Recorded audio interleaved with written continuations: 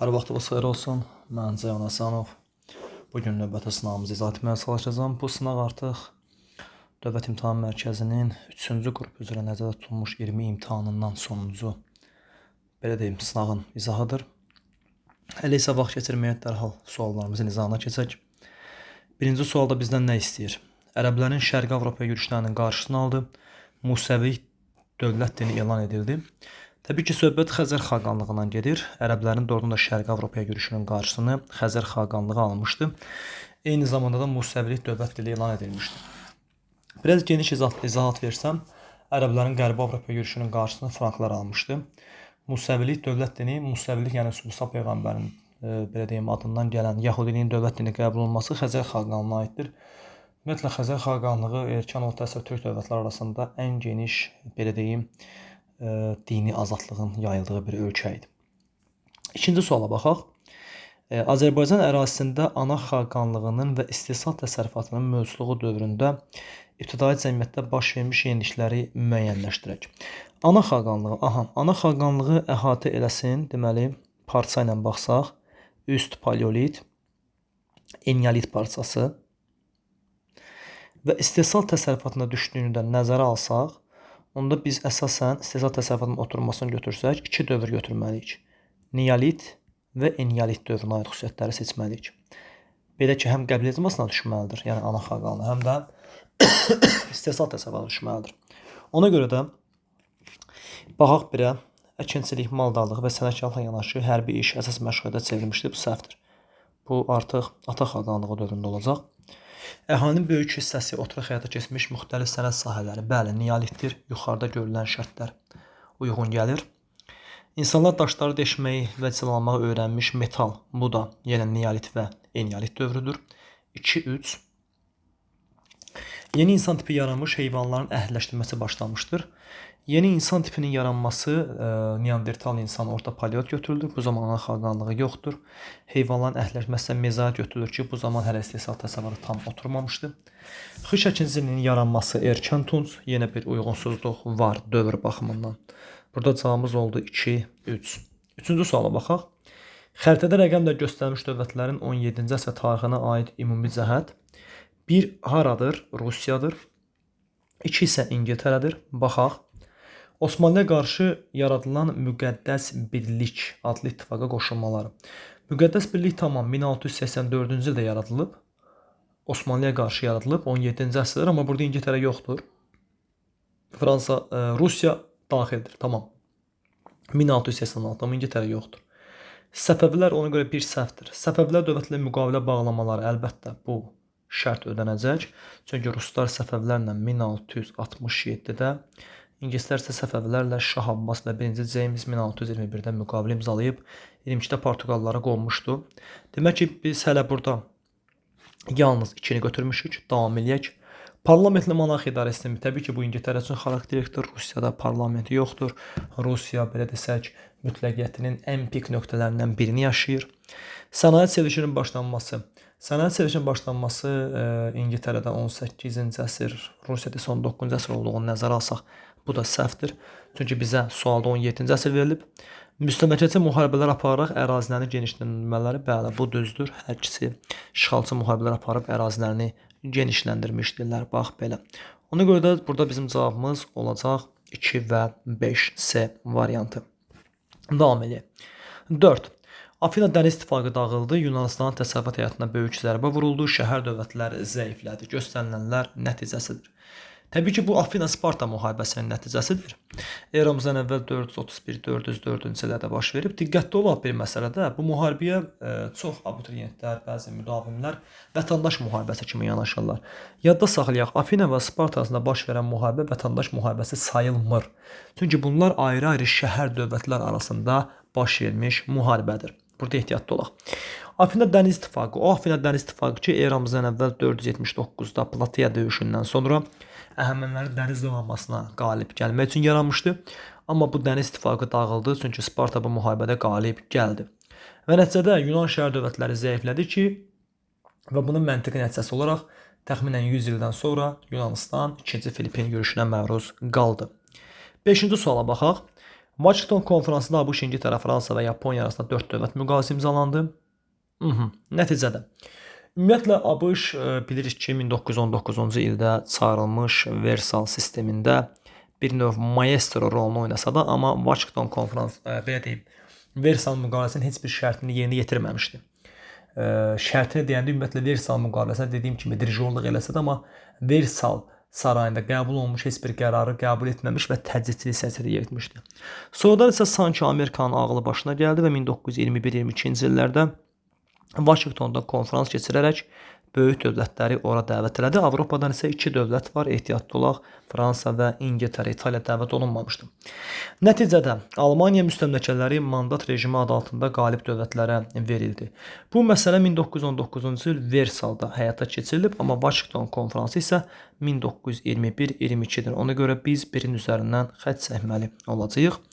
İngiltərə dəniz üstünlüyünü ABŞ-la bölüşdü. Bəli, İngiltərənin nüfuzuna burada zərbə dəydi. ABŞ təcridçilik siyasətindən imtina etdi. Deməzdim ABŞ təcridçilik siyasətindən tam imtina etdi. Yaponiyanın sahil hökumətində fəaliyyəti məhdudlaşdırıldı. Bəli, bu konfrans Yaponiyanın ağladığı konfransdır. Versal konfransında isə Yaponiya gülüb Çin ağlamışdı. Yaponiya Millətlər Cəmiyyətindən çıxdı. Xeyr, bu 1933-də olacaq. Washington isə 1921-22-dir. Burada cavabımız 2-4, yəni Y variantıdır. Bax, belə. Növbətə davam edək. 6-cı sual. Yaponiyanın 20-ci əsrin 50-ci illər tarixinə aiddir. Təbii ki, söhbət burada 1950-1959-cu illərdən gedir. Yeni konstitusiyanın qəbul olunması Yaponiyada konstitusiya 2 dəfə olub, 1889 və 1947 gördüyümüz kimi düşmədi. ABŞ qoşunları tərəfindən 1945-ci ildə işğal olunur müharibə bitəndə. Silahlı qüvvələrin ləğv edilməsi 1947-ci il konstitusiyasına görə bu qismən ləğv edilmişdi. Hiroşima və Nagasaki şəhərlərin atom bombası dağıdılması bu 1945-dir. Burada cavabımız D variantıdır. Bəli. 20-ci əsrin 50-ci illərində 2 dövlət iqtisadi möcüzə yaşayır. Bunun biri Yaponiya, digər isə Almaniyadır. Bax belə. Davam edək. 7-ci suala baxaq. Cənubi Azərbaycanın 1-ci Dünya müharibəsi dövrü tarixinə aid deyil. Təbii ki, 1-ci Dünya müharibəsi 1914 28 iyuldan başlayır. 1918 11 noyabra qədər davam edir. Bu müharibə keçməmişdən qabaq onu deyək ki, Cənubi Azərbaycan Şimali Azərbaycandan fərqli olaraq lap müharibənin əvvəlindən hərbi əməliyyatların əsas məkanlarından birinə çevrilir. A variantı. Şeyx Məhəmməd Xiyabaninin başçılıq etdiyi milli hökumətin yaranması bu 1920-dir. Yuxarıdakı şərti ödəmir. Rus ordusunun Təbrizə tutması, bəli, bu düzgün. Aid deyil deyir. Zaten A variantıdır. Bu aid deyil. Digər variantlara baxaq və yenidən A variantının düzgün olduğunu təsbit edəcəyik. Rus ordusunun Təbrizə tutması 1915. Milli Azadlıq Hərəkatının başlanması 1917. Urmi bəlası 1918-in martı. Müharibə aparan dövlətlərin döyüş meydana çəkilmişdi lap əvvəldən. Gördüyünüz kimi B, S, D, Y variantları hamısı yuxarıda qeyd etdiyim 14, 28 iyul və 11 noyabr tarixinə düşür. Deməli, burada cavabımız olacaq A variantı 1920. Davam edək. 8-də Atropatenanın eramızdan əvvəl 1-ci əsr, Albaniyanın eramızın 2-ci əsr tarixlərinə aid ümumi cəhətdir. Alan tayfalarının dağıcı yürüşlərə məruz qalması. Nəzərə alsaq ki, Alanlar eramızın 1-ci əsrindən gəliblər, amma burada eramızdan əvvəl 1-ci əsrdə yazır. Ona görə A variantının üzərindən xətt çəkirik. Alanların yürüşü eramızın 1-ci əsrindən başlayır. Sasani dövlətinin tərkibinə qatılmaları. Əgər Sasanilər dövləti 3-cü əsrdə yaranıbsa, ən tez 3-cü əsrdə qatıla bilərik. Bu da səhvdir. Roma imperiyasında diplomatik münasibətlər saxlamaları. Bu düzgün cavabdır. Bəli, necə? Eramızdan əvvəl 1-ci əsr əhatə edilir 101. Əgər xatırlayırıqsa, eramızdan əvvəl 36-cı ildə Fraspa döyüşündə Atropatena Parfiya ilə bərabər Romaya qalib gəlir. Ancaq Fraspa döyüşündən sonra nədənsə Atropatena Roma imperiyasına yaxınlaşmağa çalışır. Bir zamanlar vuruşduğu Romaya qarşı. Niyə?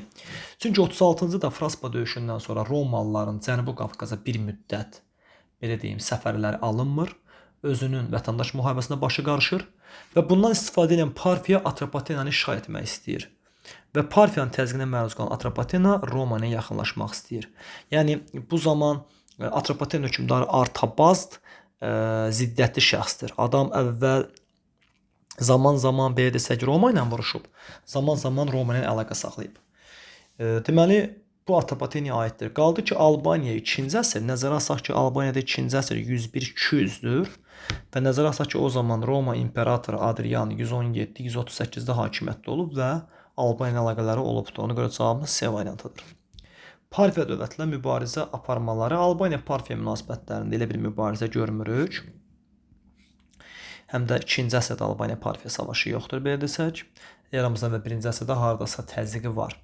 Parfiya-Roma müharibələrində Parfiyanın müttəfiqi kimi çıxış edən isə bu yalnız Atropatenaya aid xüsusiyyətdir, Albaniyaya aid deyil. Yəni cavabımız C variantıdır. Davam edək. 9-cu sual. AXC ilə bağlı bir sualdır. Azərbaycan Xalq Cümhuriyyəti hökuməti 1919-cu ilin yayında ölkənin təhlükəsizliyini təmin etmək üçün 1918-ci ilin 26 iyununda vaxtilə 1917-ci ilin dekabrında yaradılmış Azərbaycan Müsəlman Korpusu Əlahiddə Azərbaycan Korpusuna çevrildi. 1918-26 iyun. Gördüyümüz kimi yuxarıdakı təqvim uyğun gəlmir. Qarabağda general qubernatorun yaradılması 19 yanvarıdır. Bizə 19 yay ayı lazımdır. Batumda müqavilə 1918-dir. Bu da şərt ödəmir 4 iyun. Gürcüstanla hərbi müdafiə və salam 1919-16 iyun. Hansı təhlükəyə qarşı? Denikin təhlükəsinə qarşı, Ağ qvardiyaslara qarşı. Bu şərt ödəyir. Naxçıvan general qubernatorun yaradılması 1919-un fevralı, sonu martın əvvəli. Bu da şərti ödəmir. Cavabımız D variantıdır. Denikin təhlükəsinə qarşı həm Gürcüstan və həm Ermənistana yaxınlaşmaq istəsək də, Gürcüstan bizim təklifimizə müsbət, ermənilər isə mənfi cavab verir. Hətta ermənilər Ağ qvardiyasıyla Denikindən kontakt olmaq istəyirlər. Ona baxaq. Uyğunluğu müəyyənləşdirək. Fransa-Prusiya müharibəsinin nəticələri. Fransa-Prusiya müharibələrinin bəhanəsi boş qalmış İspan taxtı uğrunda mübarizə idi və bu müharibə 1870-ci ildə baş vermişdir. İkinci imperiya devrildi. Bəli, Fransada 2-ci imperiya devrildi. 1852-70 imperiyası və nəticədə 3-cü respublika yarandır. A variantının düzgün cavabı kimi götürürük. Bismarck tərəfindən Fransanın təcrid edilmə siyasətinə son qoyuldu. Belə bir şey baş verib. Amma necə? Deyir ki, Bismarck ümumiyyətlə Almaniyanı birləşdirəndə dəmir və qandan istifadə edir. Dəmir və qan siyasətindən istifadə edir. Amma 1871-ci ildə Almaniya imperiyasını yaradıb başa çatdıqdan sonra Otto von Bismarck dəmir və qan siyasətini qırağa qoyub dinc yolla nüfuz etmə siyasətinə keçmək istəyir. Çünki o bilir ki, müharibə yenidən başlayacağı halda bu dəfə almanlar üçün yaxşı olmayacaq. Və buna görə də onunla imperator arasında söz-söhbət düşür. İmperator onu qorxaqlıqda günahlandırır. Bismarck isə 1890-cı ildə gəmini tərk eləyir, belə desək. Hətta o dövrdə İngiltərənin The Times qəzeti yazmışdı ki, kapitan gəmini tərk edir, söhbət Alman kapitan Otto von Bismarckdan gedir, gəmi isə Almaniya idi. Və Otto von Bismarck gedəndən sonra, necə ki Otto von Bismarck hakimiyyətdə idi, o Fransanın da, İngiltərənin də təcrid etmə siyasətinə üstünlük verib, onların üstünlüyünü tanıyırdı. Amma Otto von Bismarckın getməsindən sonra 1894-cü ildə artıq İngiltərə və Fransanın yaxınlaşması neçə ildir Bismarck tərəfindən həyata keçirilən təcrid etmə siyasətinə son qoyur. Yəni bu Fransaya aid olsun, amma 1870-də baş verən Fransa-Prusiya müharibəsinə aid deyil. Elzas və Otangiya vilayətlərini itirdi. Bəli, Fransa 5 milyard frank pul itirdi və eyni zamanda da Elzas və Otangiya vilayətlərini də itirdi. Bir Asiya. Prusiya. Avstriya daxil olmadığı Şimali Alman İttifaqı yaradıldı. Bu 1866-cı yaradıldı. Belə bir şey baş verib, amma Fransa-Prusiya müharibəsinin nəticəsi deyil. Ona görə onun üzərindən xətt çəkirik. Sənaye çevrilişi başladı. Tamam. Prusiyada sənaye çevrilişi 1848-49-cu illər inqilabından sonra başlasın, amma müharibəyə aid deyil. Almaniya birləşməsi başa çatdı. Bəli, 1870-71-ci ildə Almaniya birləşdirməsi məhz Fransa üzərində qələbədən sonra başa çatdı. 1 AS, 2 S. Cavab 7. 11-ci suala baxaq. Uyğunluq pozulmuşdur. Abidələrlə bağlı bir sualımızdır. Səhv olanları götürməliyik, ehtiyatlı olaq. Deyir ki, Əlincə qalası və Qoşa minarə Naxçıvandadır. Düz deyir. Biri 12-ci əsr abidəsi, biri 9-cu əsr. Gülüstan türbəsi və Şirvanşılar sarayı Şamaxıdadır. Hər ikisi səhvdir. Gülüstan türbəsi türbədirsə Naxçıvandadır, qaladırsa Şamaxıdır, saray isə Bakıdır. Şirvanşılar isə Bakıdır. 4 hər iki tərəfli səhvdir. Şah Abbas məscidi Gəncədədir, amma Sərdar sarayı Gəncədə deyil, İrəvandadır. Bu da səhvdir. Biz artıq cavabı tapmışıq. 3-dən 4. Səhvlərimiz bunlardır. Yenə də baxaq. Qeysəriyyə bazarı 15-ci əsr və Göyün məscid Təbrizdədir. Bəli. Bura biraz daha da yaxşı əlavə vermək olardı. Əsr baxımından olsun. Qız qalası həm Bakıda, həm də Bayır qalası Bakıdadır. Bizə səhv olanlar 3-dən 4 lazımdır. Davam edək. 12. Qədim Hindistan eramızdan əvvəl 2-ci əsrin əvvəlləri və qədim Çinin 3-cü əsrin əvvəlləri tarixlərinə aid oxşar cəhət. Hunlarla mübarizə, Hindistan-Hun savaşını biz keçmirik. Buddizm dininin yayılması, Buddizm dini əvvəldən yayılmışdı. Bəhs olunan nəsillərdən daha əvvəl. Dünya ticarət yollarına qoşulması bu Çinə aiddir və bu Xan sülaləsi dövrünə aiddir. Eramızdan əvvəl 2-ci əsr, amma bizə Çinin 3-cü əsrini veriblər. Xırda dövlətlərə parçalanmaları bu qalsın. Vahid dövlətin yaranması bu həm Hindistan, həm Çin tarixi üçün eramızda və 3-cü əsrdir. Bu da yanlışdır. Cavab D-dir. Niyə? Çində vahid dövləti yaradıb Sin, sonra isə Xan. Sin sülaləsi -3-də gəlib. Dəqiq yazaq. Sin sülaləsi 221-206-dır. Sonra isə Xan gəlir. Eramızdan əvvəl 206-dan eramızın 204-nə qədər. Biz burada rəqəmi əsrə çevirsək, deməli, Çində vahid dövlət olub -3, -3. Vəssalam. -3. Niyə Xan sülaləsinin devrilməsinə qədər? Xan sülaləsində niyə devrildi? 204-cü ildə. Çünki 184-də Sarısaqlar üsyanı baş verdi və 20 il davam elədi. Doğrudan da 204-də Sarısaqlar üsyanı yatırılsa da 3-cü əsrdə. Amma padşah devrildi, xan hakimiyyəti süquta uğradı, quldalıq dövrü getdi, feodalizm yarandı. Çin yenidən xırda dövlətlərə parçalandı. Qaldı ki, Hindistan barəsində nəyə baxaq? Hindistan biz bilirik ki, bu da -3-də, yəni eramızdan və 3-cü əsrdən vahid olub, -2 eramızdan əvvəl 180-ə qədər. 180 də 2-ci əsrin əvvəlləridir. Çünki nəzərə alsaq ki, 2-ci əsr 200-101-dir. Onun əvvəllərində təxminən ilk 20 rəqəm, 30 rəqəm nəzərdə tutulur və doğrudan da 180 də 2-ci əsrin əvvəlinə düşür. Cavabımız D variantıdır. Davam edək. 13-də Monqolların birinci yürüşü, bir dənə variant keçsə bu bir tərəfə olsun, düzərik özümüz. Azərbaycanın şanı barədə atılması təbii ki, bu ikinci yürüşdədir. Birinci yürüşdə kəşfiyyatdır. Gəncə şəhəri həm 1-də, həm 2-də müqavimət göstərib, 2-də tutuldu, 1-də tutulmamışdı. Azərbaycan Elxana dövlətin tərkibinə qatılması təbii ki, bu 3-cü yürüşdür, heç birisi. C heç birisində iştirak etməyəcək. Monqolların Təbrizi tutması, bu da 2-ci yürüşdür, 1-ci yürüşdə Təbriz tutulmayıbdır. Təbriz və Gəncə şəhərlərinin Monqollara xərac verə ödənişindən xilas olması bu 1-ci yürüşdədir. 1Y, 2AD, 3 Bakı. 1Y, 2AD, 3 Bakı. Cavabımız D variantıdır. 14-də. 2-ci Rusiya-Qacarlar müharibəsi dövrünə aiddir. 1826-cı ildən başlayıb 1828-ci il 21 mart. Daha doğrusu 10 fevral. Niyə mən bunu xüsusilə yazdım? Çünki Naxçıvan İrəvanın ləğvi də 28-dir, amma 21 martda. 2-ci Rus-Qacar müharibəsinə düşmür. Ümumiyyətlə, yadda saxlayın, 2-ci Rusiya-Qacar müharibəsinin dövründə ləğv olunan xanlığımız yoxdur. Komendant rejiminin tətbiq olduğu xanlığımız yoxdur. Baxaq, Səlim xanın şəkildə üsyan qaldırması. Səlim xan İbrahimxəlil xanın öldürülməsi ilə bağlı üsyan qaldırıb 1806-dır. Bu 1-ci Rus-Qacar müharibəsinə düşür. Qarababa 1809-dur, yuxarıdakı illəri ödəmir. Bakıda komendant 1806-dır, yuxarıdakı illəri ödəmir. Rus qoşunlarının Urmiya və Ərdəbil tutması 28-in yanvar və fevral ayları. Aha, bu düzgün cavabımız kim olsun?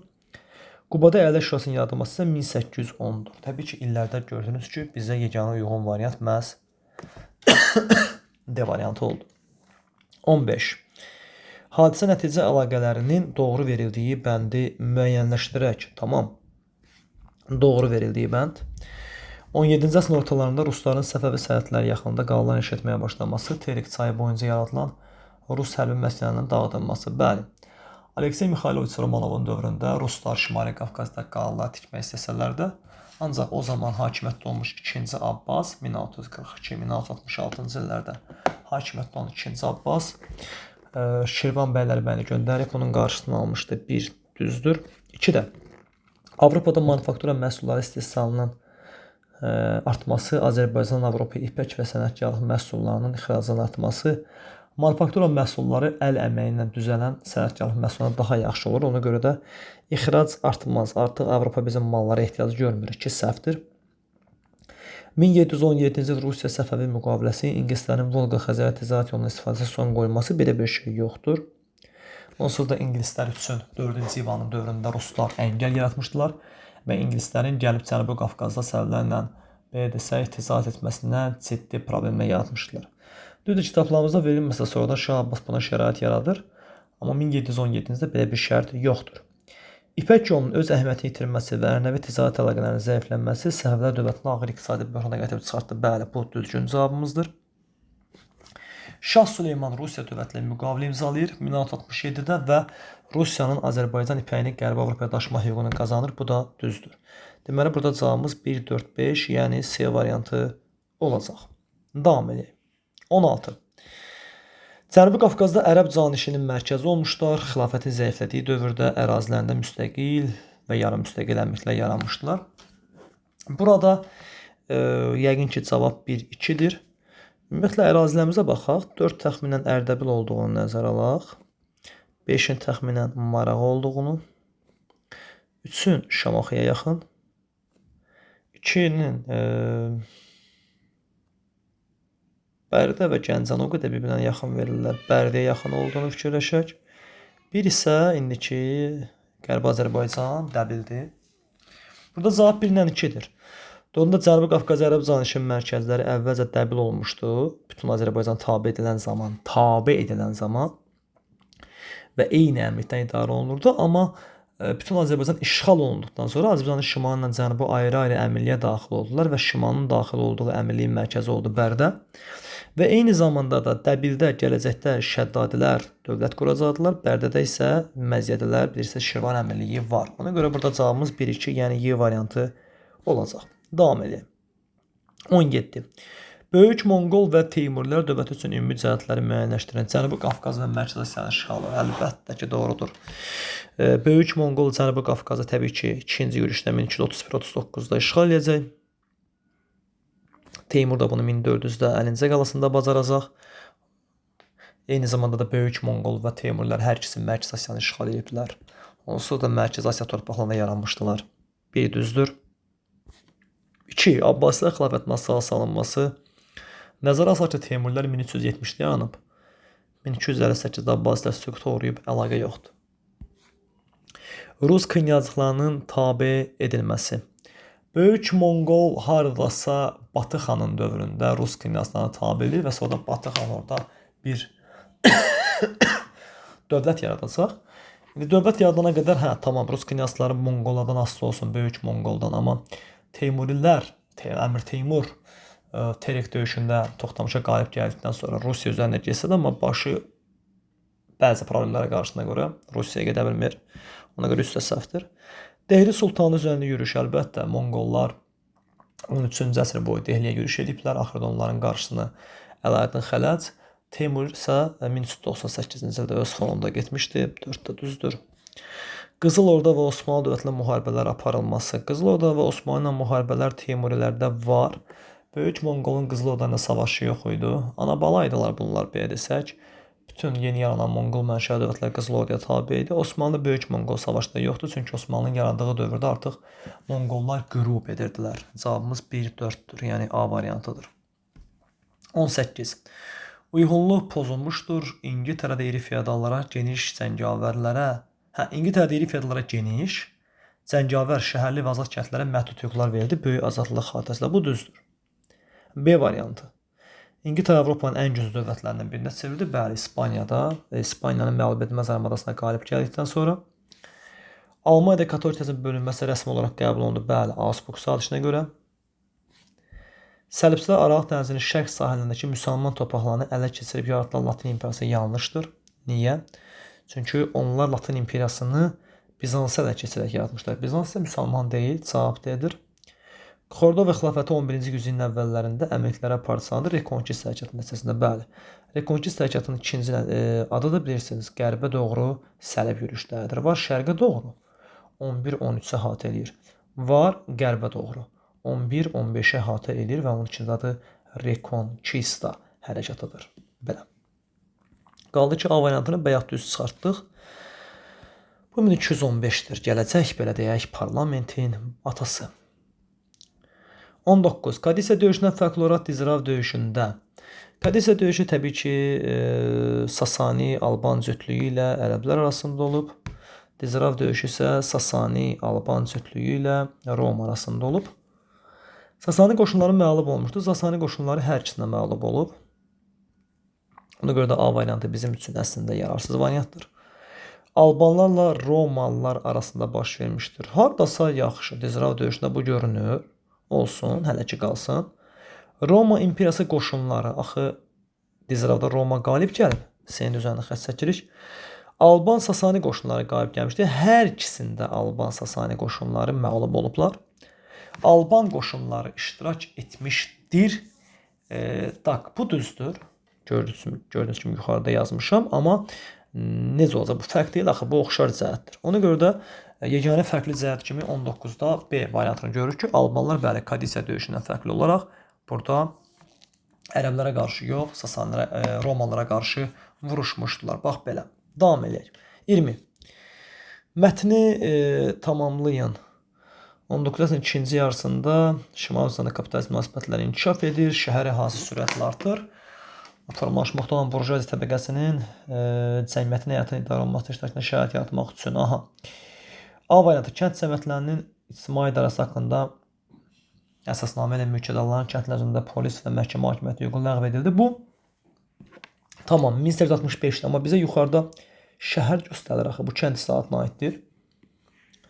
Çar 2-ci Aleksandr təhkimçilik hüququnun ləğvi haqqında əsasnamə bu 1861-dir. Onsuz da bu ləğv edilmişdir ki, kapitalizm münasibətləri inkişaf edirdi. Məhkəmə və şəhər islahatı bu qalsın, çünki cavabı uyğun gəlir, oxşuyur. Çar 2-ci Nikolay dövlət durmasının çalınması haqqında manifest 1905-ci ildir. Çox qabağa qaçmış oluruq. Cənubi Qafqaz quberniyanında feodal aslı münasibətlər ləğv edildi. Bu da 1870-dir, amma kənd təsərrüfatı ilə bağlıdır.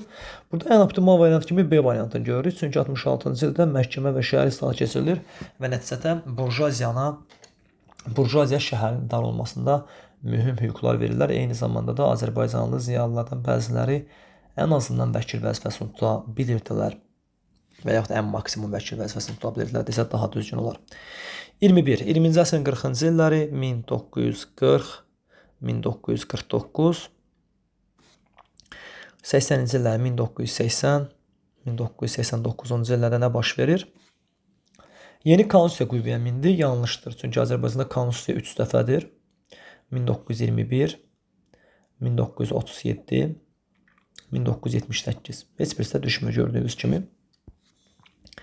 Azərbaycanlılar deportasiya olunur. Tamamilə doğrudur. Azərbaycanlıların deportasiya olunmasını nəzərə alsaq ki, 1948, 53 və 1988-91-dir. Bu yuxarıda yazdığım illəri ödəyir. Müstəqillik meylləri gücləndir. Bu yalnız 80-ci illər üçün şamil ola bilər.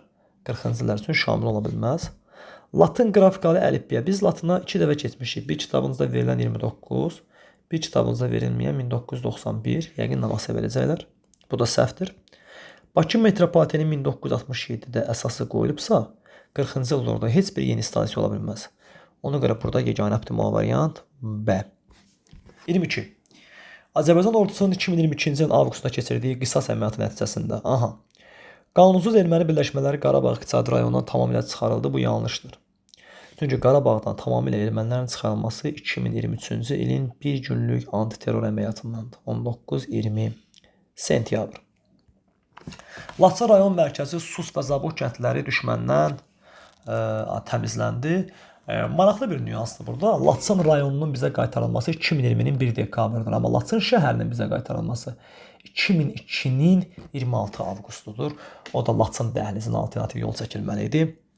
Bu 2002-nin, 2022-nin belə desək, avqustudur. Avqustun 26-sıdır. Avqustun əvvəli olan qisas əməliyyatı deyil. Çünki qisas əməliyyatı 2022-nin avqustun əvvəlində baş verib. Ağdam-Xankəndi yolunun fəaliyyəti. Gərək Xankəndi azad olunsun ki, yolun da fəaliyyəti təmin olunsun. 2023 bir gün antiterror. Azərbaycan ordusu Daşkəsən Laçın bu 2022-nin səhv etmirəmsə sentyabrın 12-sindən 13-nə keçən gecə idi. Bu da yanlışdır. Qarabağ silsiləsinə yerləşən Sarıbaba və digər yüksəklər ordumuzun nəzarətinə keçdi. Bəli, bu düzgün cavabdır. Çünki həmin vaxt ermənilər, belə deyim, bizim bir mülkü, belə deyim, bir hərbiçimizdən şəhid etmişdilər. Və biz cavab atəşinə başlayaraq 40 Sarıbaba yüksəkliklərinin ermənilərin əlinə keçməsinə imkan vermədik. Həmçinin Ağdərənin Orataq adlı məkanında da ermənilərin hərbi silahlarını məhv elədik. Cavab Y variantıdır. 23. 16-cı əsrin əvvəllərində Xorasan uğruna mübarizə aparan dövlətlər bu təbii ki Səfəvilərdir, bu təbii ki Şeybanilərdir, bu təbii ki Teymurilərdir. Teymurilər nə əlaqə? Təbii ki Teymurilərin ikinci paytaxtı Herat idi. Şeybanilər Teymurlərə son qoyanda Heratı tutmuşdular. Herat isə Xorasanın vilayətlərindən biridir. Bu məsələdə diqqətli olaq. Təbii ki Xorasanı tutan Şeybanilər ələ keçirdilər. Deməli əvvəl Teymurilərdə idi, sonra Şeybanilərdə idi, sonra isə Səfəvilər 1510-cu il Mərv döyüşündə bunu Şeybanilərin burnundan necə lazımdır gətirəcəklər. Cavab 2-3-5-dir. 24-ə baxaq. Xəritədə rəqəmlə göstərilmiş ərazilərin 19-cu əsrin 30-40-cı illər tarixinə aid ümumi cəhətləri müəyyənləşdirək. Xəritə şəkillə Lənkəranda baxaq. Elə sualı bura köçürək. Deməli 1830-1849-cu illər qısa konkret. Deyir ki, Şəki və Lənkəran üçün oxşar cəhət. Aha, maraqlı. Rusiya tərəfindən xanlıq idarə sisteminin ləğv edilməsi və əyalətə çevrilmələri. Axı Şəkinin çevrilməsi 1819, Lənkəranda isə bu 1826-dır. Uyğunsuzluqlar bir səhvdir. İşğal rejiminə qarşı üsyanların baş verməsi. Bəli. Bu Lənkəranda 1831, Şəkidə 1838-dir və yuxarıdakı şərtləri ödəyir. 2-ni götürək. Müsəlman əyalətləri rəisinin tərkibində olması. Bəli. Şəki, Şamaxı, Qarabağ, Lənkəran. Bunlar müsəlman əyalətləri rəisinin tabedirlər. Nə vaxta qədər? 1840-a qədər. Çünki müsəlman əyalətləri rəisliyi komendant dövrünün bir belə deyim sistemidir, konfiqurasiyasıdır və bu da yuxarıdakı ilə düşür. Xəzər vilayətinin qəzaları olmaları olsun. Bunlar Xəzər vilayətinə daxil idilər. Onsuz da komendant idarə üsul dövründə hansı ki ərazilərimiz müsəlman əyalətləri rəisinə söhbət 4 dənə ərazidən gedirdi. Şəki, Şamaxı, Qarabağ, Lənkəran və hərbi dairə rəisinə daxil olan Bakı, Quba və Dərbənd. Bu 7 dənə ərazi sonradan Xəzər vilayətinə gedir. 7 qalan ərazilərimiz gedir Gürcü Mehdi quberniyasına. Və nəzərə alsaq ki, Xəzər vilayəti də 1840 10 apreldən 1846 14 dekabra qədər mövcud olub. Ona görə biz bunu da götürəcəyik. Yuxarıdakı illərə uyğun gəlir. Şamaxı quberniyası ləğv edildikdən sonra Bakı quberniyasının tərkibinə qatılmaları tamam, hər ikisi qatılıbdır. Amma bu hadisə 1859-da baş verib axı. Bizdə isə yuxarıda tamam başqa illər var. 2, 3, 4. Deməli, daha optimal variantdır. 25. Rəvvadilər dövlətinin 11-ci əsr tarixinə aiddir. Təbii ki, Xudafərin körpüsü Şəddadilərə aiddir. Birinin üzərindən dərhal xətt çəkirik. Sultan Toğrul 1-ci Toğruldan söhbət gedir. Təbrizi 1054-də tutulub. Bəli, 2 düzgün cavabdır. Slavyanların qarəsi yürüşləri, ümumiyyətlə Slavyan və Rəvvadi müharibələrindən demək olar ki, kitablarımızda bəhs olunmur. Dərbətdən Zəncana qədər bütün Azərbaycan torpaqlarını əhatə edən sazilər, Rəvvadilər heç vaxt Azərbaycanı birləşdirə bilməyiblər. Torpaqlarında Oğuz tayfaları, bəli, Oğuzlar 1028-də Rəvvadilərə, 30-cu illərdə isə Şəddadilərə gəlmişdilər. Cavabımız burada 2 və 5-dir. 26-ya baxaq. Xronoloji ardıcılığı müəyyənləşdirək. Azərbaycan və Türkiyə prezidentləri arasında Şuşa bəyannaməsi 2021-ci ilin 15 iyulundadır. Çox möhtəşəm bir bəyannamədir. Həqiqətən. Azərbaycanın qoşulma mərkəzinə tam hüquqlu üzv olması 2011-dir. Maraq üçün deyim, qoşulma mərkəzi 1961-də yaranmışdı. Azərbaycan Respublikası Prezidentinin Avropa üçün Paris Xartiyası imzalanması, maraq üçün deyim, Paris Xartiyası 1990-da mərhum prezidentimiz Heydər Əliyevin də ilk rəsmi səfəri Fransaya olduğuna görə Paris Xartiyası 1993-də imzalanmışdı. Xronoloji ardıcılımız 3, 2, 1 şəklində düşəcək. 27-də uyğunluğu müəyyən edək. Sultan 1-ci Süleyman adamın hakimiyyət illərinin 1526-1566 olduğunu xatırlatma eləyək. 2-ci Səlimdə, oğlunda isə 1566-1574-dür. Baxaq. Kipr adasının fəth edilməsi təbii ki, bu 2-ci Səlimdən bağlıdır. Ehtiyatlı olun. Krit adası isə deməli Fazil Əhməd Paşa ilə bağlı olacaq. Səfəvilər və Misir Məmlük dövləti ilə müharibə apardı. Bu Səlimdir, heç birisi deyil. Söhbət 1-ci Səlimdən gedir, Süleymanın atasından. Burada bəhs olunan 2-ci Səlim Süleymanın oğludur. Korsik adasının tutulmasında Fransa kömək etdi, bu Süleymandır. Osmanlı tarixində ilk dəfə özünü İslam dünyasının xəlifəsi 1-ci Səlim, heç birisi. Osmanlı donanmasını İndoneziya müsəlmanlarına köməyə göndərir. Təbii ki, bu 2-ci Səlimdir. Burada cavab oldu 1C, 2A, Y. Davam eləyək. Situasiyaya baxaq. 2-ci Mehmet Trabzonu tutmaq və beləliklə özünü başda rəqib olan Ağqoyunlu Yassı Çəmən müqaviləsi kitablarda əvvəl gedərdi. 61. Kifayət qədər rahat bir mənbə sualıdır. Mənbədə göstərən dövrdə tərəflər arasında baş vermiş döyüşü müəyyənləşdirərək yazın. Təbii ki, döyüş Qoylisar döyüşü idi və bu döyüşdə Uzun Həsən qalib gəlsə də, amma qarşındakının uşaq-muşaq olmadığını yaxşı bilirdi. Türklər demiş, koskoca Fatih Mehmed idi qarşısında. Sarı Xatun 2-ci Mehmedlə danışıqlarda nail olmaq istədiyi iki məqsədi, bəli, Uzun Həsən qalib gəlməsinə baxmayaraq anasını göndərmişdi ki, çünki bilirdi ki, 2-ci Mehmed geriyə adım atmayacaq. Və anasının qabağına şərt qoymuş ki, 2-ci Mehmedi əvvəla bizimlə müharibə fikrindən vaz keçdir, ikinci bir tərəfdən alınsa 2-ci Mehmedlə sülh bağla və Trabzon fəthinə imkan vermə. 30 Trabzonun Osmanlı tərəfindən fəthinin Ağqoyunlu nəticəsini yazın. Təbii ki, Ağqoyunlu'nun Avropa ilə ticarətinə zərbə vuruldu. Ağqoyunlu tacirlərinin Qara dənizə birbaşa çıxışı itirildi. Bax belə və nəticədə, belə demək mümkündürsə, Ağqoyunlu üçün yaxşı hadisələr olmadı. Bax, bu qədər mənim əzizlərim. Mən 3-cü qrup üzrə demək olar ki, 20 sınavın hamısını bir-bir çəkib izah etməyə çalışdım. Nə dərəcədə uğurlu oldu, onu sizin rəyləriniz, təklifləriniz bildirəcək zaman keçdikcə. İnşallah, vaxt tapdığımız müddətdə də 2-ci qrupunda 20 dənə testini çəkib, çalışıb vaxtında izah etməyə çalışdım ki, 1-ci qəbula qədər mənim abituriyentlərim və yaxud digər abituriyentlər bundan istifadə edib nəticələr qazana bilsinlər. Sağ olun, var olun, Allah'a emanet olun.